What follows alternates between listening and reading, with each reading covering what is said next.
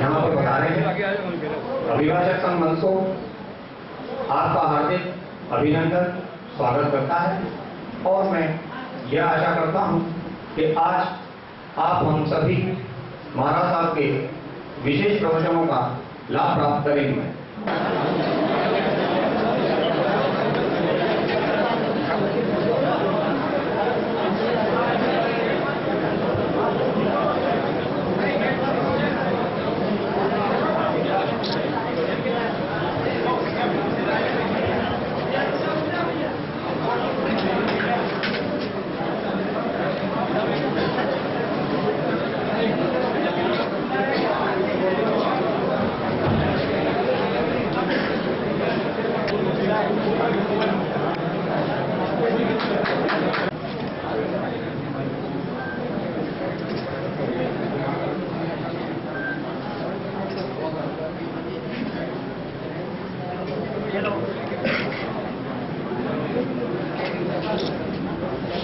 वह भी यहाँ पढ़ा है तथा हमारे राष्ट्रीय संत पुण्य महाराज साहब को चरणों में शीश अर्पित करें।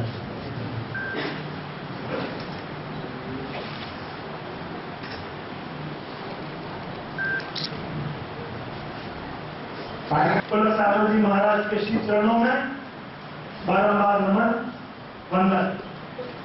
साथ में पधारे मुनि प्रचंड सागर जी महाराज का बारंबार नमन। आज हम सब के लिए बहुत प्रसन्नता, बहुत खुशी और बहुत गौरव के क्षण है। आज हमारे बीच में राष्ट्र संत मुनि श्री पुण्य सागर जी महाराज हमारे विनम्र अनुरोध को स्वीकार कर हमारे बीच में पधारे। इस अवसर पर मैं आप सबका अभिभाषक संघ मंदसौर की ओर से हृदय से स्वागत और अभिनंदन करता हूं।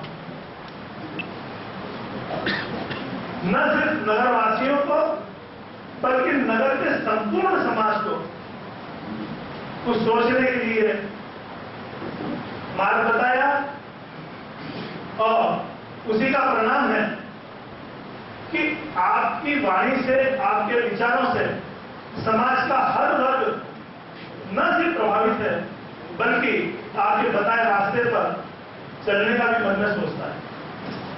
आप जब हमारा ये नया भवन बना, अभी 20 फरवरी को ही इसका उद्घाटन हुआ, तो मन में ये विचार आया कि अगर महाराज जी यहां पधार जाएं तो इससे अच्छा कोई अवसर हमारे लिए नहीं हो सकता। मन में निश्चित रूप से दो बातों का विचार करके हम महाराज श्री से प्रार्थना करने गए थे, आप हमारे भवन में पधारे, ये भवन पवित्र हो जाएगा और इसमें जो आप वाणी से जो विचार देंगे, आपकी जो वाणी यहाँ गुंजायमान होगी वो लंबे समय तक यहाँ रहने वालों को प्रभावित करती रहेगी। ये मन में सोच करके संकल्प लेकर के हम आपके पास में गए थे। आशीर्वाद प्रदान कर हम कृपा करें। परम पूज्य गुरुदेव आचार्य श्री पुष्पदंत सागर जी महाराज की जय। अहिंसा परमो धर्म की जय। पुलक सागर महाराज की जय। श्री संघ की जय। दूसरी बात, आया हूं मैं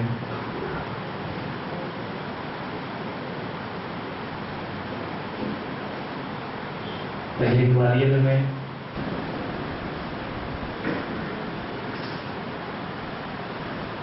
देख रहा हूं। मैं जब आ रहा था तो मैंने कहा आज मुझे सब काले काला दिख रहा है लेकिन खुश हूं इस बात से, जो भी दिख रहा है वो बाहर से काला लेकिन भीतर से सफेद दिख रहा है। वरना ऐसे भी लोग हैं हमारे देश में जो बाहर से सफेद भीतर से काले दिखाई देते हैं। और विश्वास ना हो तो कभी विधानसभा और लोकसभा में जाकर देखना, जो बाहर से सफेद और भीतर से काले होते हैं, और जो बाहर से काले भीतर से सफेद होते हैं, वो ही इस देश के कानून के रखवाले हुआ करते हैं। आज उन्हीं के बीच में आया हूं तीन चीज होती हैं जीवन में। एक होती है प्रकृति, एक होती है संस्कृति और एक होती है विकृति। भूख लगे तब खाना, ये प्रकृति है। भूख ना लगे फिर भी खाना, ये विकृति है। खुद भूखे रहकर दूसरों को खिलाना, ये भारत की संस्कृति है कि हम भूखे रहेंगे लेकिन भूखा आया है तो पहले उसे भोजन कराएंगे। हम अपने अतीत को यदि देखते हैं तो एक समय वह था जब हमारे भारत के लोग भोजन करने से पहले अपने आंगन से आवाज लगाते थे कि मेरी आवाज जहां जहां तक जारी हो और कोई भूखा हो तो आए मेरे घर भोजन करे, मैं अब भोजन करने बैठ रहा हूं। पहले का समय वह था कि हम सोचते थे कोई आवे तो हम खावे, और अब सोचते हैं ये जावे उसके बाद हम खावे। मामला बिल्कुल बदल गया है। हमारी संस्कृति, हमारी प्रकृति विकृति में बदलते जा रही है। पहले आदमी अशक्त था, कंदमूल खाता था, फिर थोड़ा शब्द हुआ तो अन्न खाने लगा, और ज्यादा शब्द हुआ तो चारा खाने लगा, और ज्यादा शब्द हुआ तो यूरिया और पेट्रोल खाने लगा। और आज 21वीं सदी का ये मनमोहन सिंह का देश ये चारा यूरिया तो छोड़ो, अभी रिश्वत भी खाने लगा है। ध्यान रखना, रोटी को बचाने के लिए तो हाजमोला लेना पड़ता है, लेकिन रिश्वत बिना दवाई के बच जाया करती है। दवा लेना ही नहीं पड़ता है। खैर, ये तो देश के हालात हैं। मैं आपके बीच आया हूं, आप भी वकील हैं और मैं भी वकील हूं। मैं कोई जज नहीं हूं, मैं भी वकील हूं। अंतर इतना है कि आप लौकिक अदालत के वकील हैं और मैं धर्म की अदालत का वकील हूं। लौकिक अदालत और धर्म की अदालत में इतना ही अंतर होता है कि लौकिक अदालत विचारों पर जीती है और धर्म की अदालत विवेक पर जिया करती है। और आज ये सुखद संयोग है कि विवेक और विचार दोनों का यहाँ पर मिलन हो रहा है।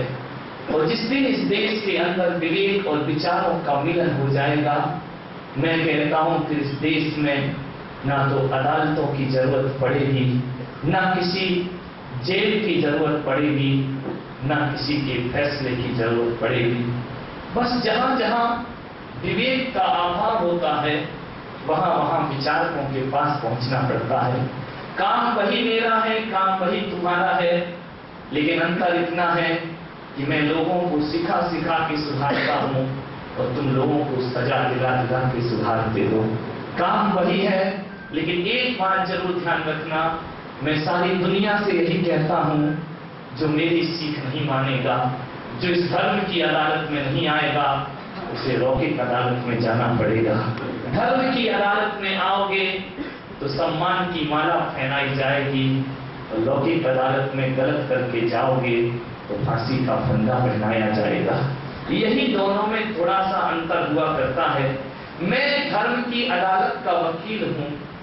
फर्क कितना है हमारे और तुम्हारे बीच में कि लौकिक अदालत में दूसरों को अपराधी घोषित करना पड़ता है और धर्म की अदालत में स्वयं को अपराधी स्वीकार करना पड़ता है।